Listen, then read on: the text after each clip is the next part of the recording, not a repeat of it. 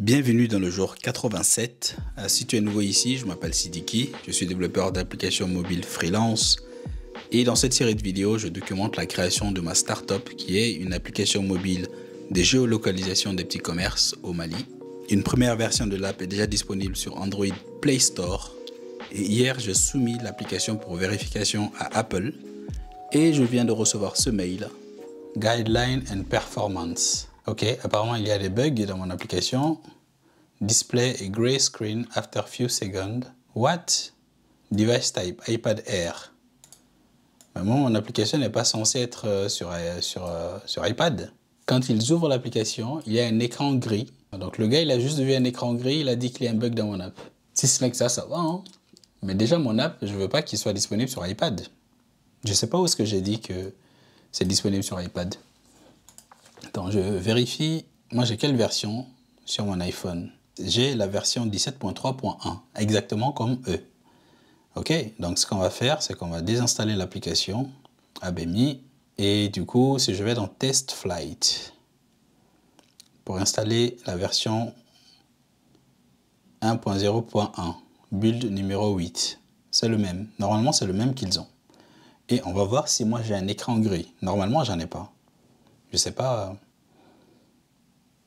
Je pense qu'il faut juste que j'aille voir les devices qui sont supportés par mon application et que je décoche tout, sauf l'iPhone. Les iPads, les Apple Vision, tout ça, je crois que je devrais tout décocher et normalement, je ne devrais pas avoir ce problème. Hein.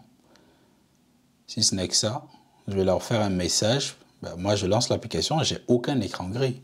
Et lui, il me dit que after few seconds, after launching it. Donc, juste au démarrage de l'application, il y a un écran gris. Frère, moi, j'ai pas d'écran gris. Hein. On peut refaire. ABMI, je lance. Oh, attends, ça, c'est le dev. Ok, ça, c'est le dev. J'ai eu peur. C'est celui-là, là. Je lance ça. J'ai aucun écran gris. Par contre, il me demande d'accéder à ma position tout de suite, alors que c'est pas ce que j'ai demandé. Ok, il y a un petit truc, là. Ouais, et du coup, vu qu'il a les coordonnées, il arrive directement ici. Ok, bon ça c'est un bug différent. Mais ce qu'il me raconte là, c'est pas vrai. Hein. J'ai pas d'écran gris. Du coup, ce que je peux faire, c'est peut-être juste aller dans mon Apple Developer Account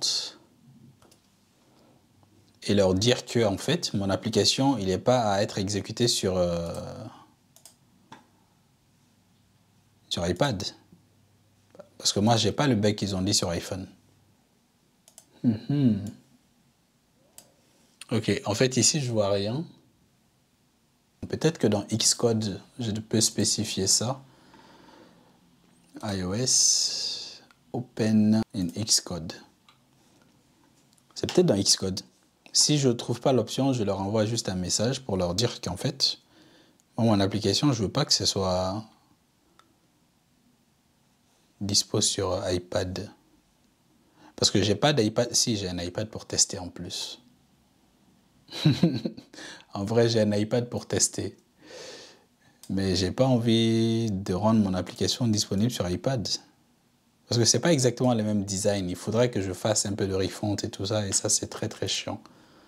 Et j'ai aucune envie de faire ça. Alors, destination. Apple Vision. J'ai dit, je l'enlève, je m'en fous. Je veux juste iPhone. Tu sais quoi? Je vais leur faire un message. Je vais juste lui dire, Hi, I have the same iOS version on my iPhone and I cannot reproduce your bug. Also, my app is not supposed to be available on iPad devices. It is only for iOS devices. Can you please tell me where I can disable the availability of my app for iPad devices? As you can see on the Xcode screenshot below, the only supported device is iPhone. Thank you. Faut être gentil avec eux parce qu'ils ont le pouvoir de réduire à néant ton projet de start-up Donc, ce que moi je vais faire, on va déjà voir ce qu'ils vont me répondre. Tu sais quoi? Ce message, je vais leur envoyer ça tout à l'heure. Je vais leur envoyer ça tout à l'heure parce que ces gens-là, ils sont chelous. Parce que je sais que dans le message, ils m'avaient envoyé un autre message. Je croyais même qu'ils allaient me recaler pour ça, mais en fait, c'est pas pour ça. C'est ce message-là. Dans ce message, ils disent qu'il manque quelque chose dans le fichier info.plist. D'ailleurs, comment tu prononces ça? Info.plist ou info.plist? Moi, je dis plist, moi. Donc, ils disent qu'il manque cette clé. De ce que je comprends ici, ça veut dire que cette clé veut dire en fait que ton application a besoin d'accéder à la géolocalisation de l'utilisateur, même quand l'utilisateur n'utilise pas ton application. Moi, à terme, j'aurais besoin de ça. Mais pour le moment, je n'ai pas besoin de ça. Pour le moment, je n'ai pas besoin de ça. Et donc, pour désactiver ça, j'ai vu que le problème vient du package géolocator que j'utilise dans mon application. Et je n'avais pas vu qu'ils ont parlé de ce problème ici. Sur iOS, ils disent... C'est cette partie-là, en fait. Que si tu ne veux pas que Apple t'embête avec ça, c'est exactement cette clé-là, il faut que je fasse quelque chose. Alors, ils disent quoi? En fait, moi, j'ai besoin de ça. Tu vois? Est-ce que je ne vais pas juste ajouter cette clé-là dans mon application tout de suite? Ça change quoi si je l'ajoute tout de suite, même si je ne l'utilise pas tout de suite?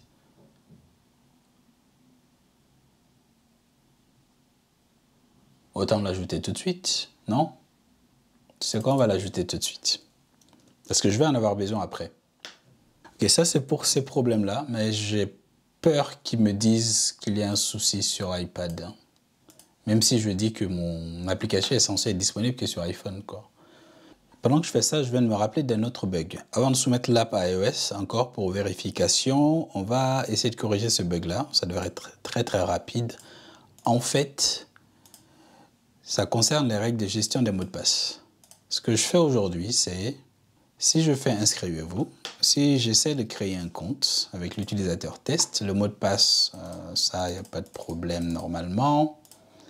Ici, les règles de gestion des mots de passe, moi je dis juste à la personne que il faut que ton mot de passe ait entre 8 et 20 caractères, que ça contienne au moins une lettre majuscule, au moins une lettre minuscule, et au moins un chiffre. Donc, à aucun moment, je ne dis à la personne que les caractères spéciaux sont interdits. Et donc, si la personne essaie de créer un mot de passe avec, par exemple, BunJS 2024, avec un arrobase, là, ça va le rejeter. Ça ne marchera pas. Quelque chose s'est mal passé sur les serveurs. En fait, c'est juste à cause du arrobase ici. Et donc, soit je dis depuis le front à l'utilisateur que, en fait, les caractères spéciaux sont interdits dans le mot de passe, mais ça, c'est débile.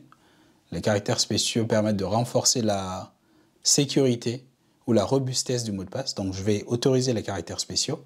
Je ne vais pas l'exiger à en mettre dans son mot de passe, mais je vais l'autoriser. Et du coup, c'est côté back que je dois faire le changement. Donc, si je viens dans Entity User, User Controller, Post, voilà. Ça, c'est la route qui permet de créer un utilisateur. Et ici, je dois faire un contrôle quelque part sur le mot de passe.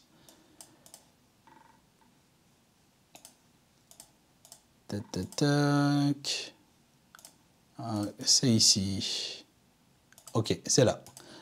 Dans le garde, j'ai un regex ici, dans le fichier .env, qui valide un certain format du mot de passe.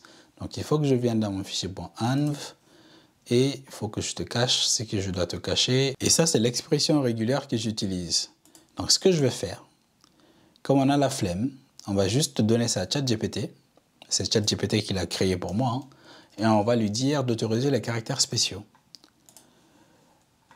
On va lui dire d'autoriser les caractères spéciaux. Donc, ChatGPT, les expressions régulières, c'est un peu complexe. Hein. On va lui dire update set regex pour accepter les caractères spéciaux. Et je lui passe ma regex.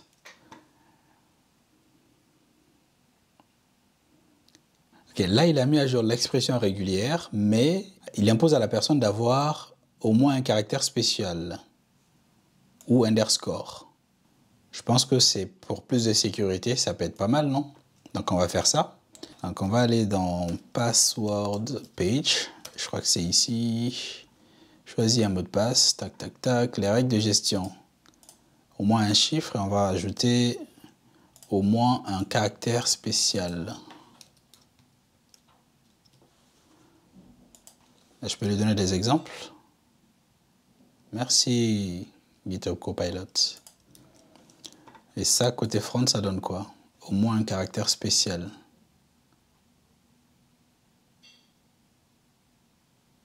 Là, c'est très très moche, mais bon.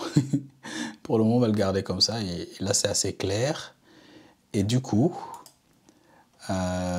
qu'est-ce que je fais quand la personne fait ça? Save password, c'est ici le problème.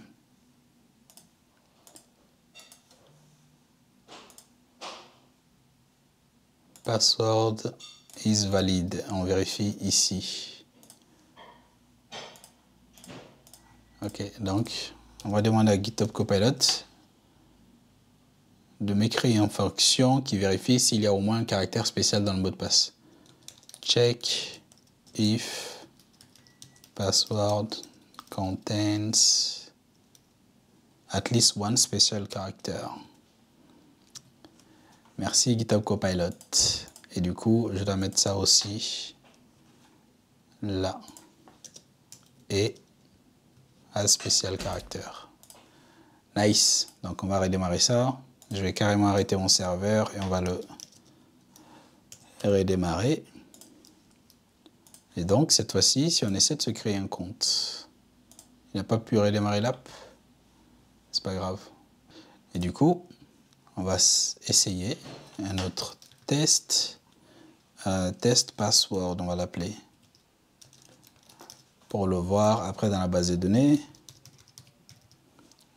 Je mets un numéro fictif et le mot de passe, cette fois-ci, je mets benjs 2024 avec arrobase. Donc, on a un caractère spécial et le bac doit l'accepter.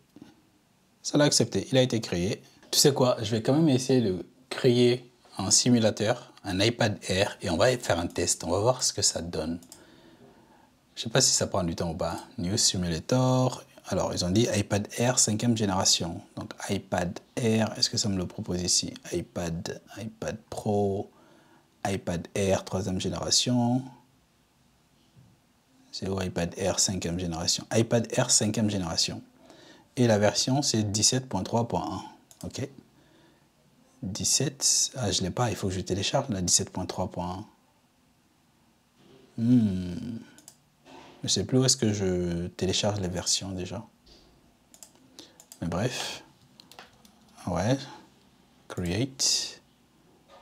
Ça se crée aussi facilement. Ouais, c'est rapide, je crois.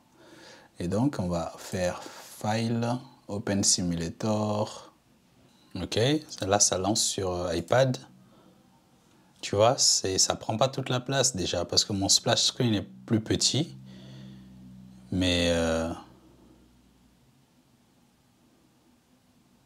ouais, je vais juste leur faire un message et leur dire que mon app n'est pas censée être run sur iPad, quoi. Du coup, je sais pas de quel écran gris il me parle. Parce que même là, j'ai pas eu d'écran gris.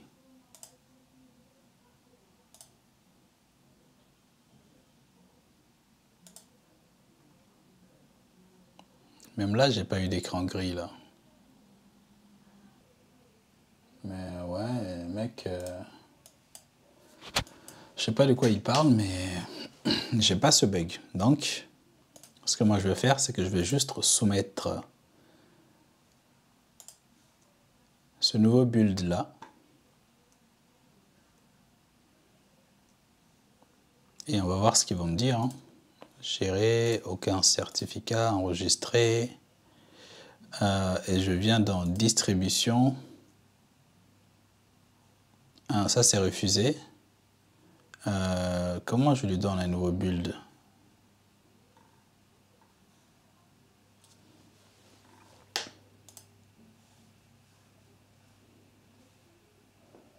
Comment je soumets un nouveau... Ah, je peux faire ça. Je peux juste changer ça et ajouter un build qui sera le 9. Enregistrer. Enregistrer. ajouter pour vérification et soumettre à nouveau. Bon, je ne peux pas leur envoyer de message, donc il faut que j'attende qu'ils valident ou qu'ils vérifient ce build, s'il est bon ou pas, et après on va continuer la discussion. Je te tiens au courant de ce qu'il en est, mais je pense qu'il va encore m'embêter à cause de ce truc d'iPad là. Mais moi j'ai testé, j'ai pas de bug, donc je sais pas ce qu'il me raconte. Mais si ce n'est que ça, je pense que ça va aller. En espérant que, bon, je pense pas qu'ils vont me répondre ce week-end, donc lundi ou mardi, on en saura plus.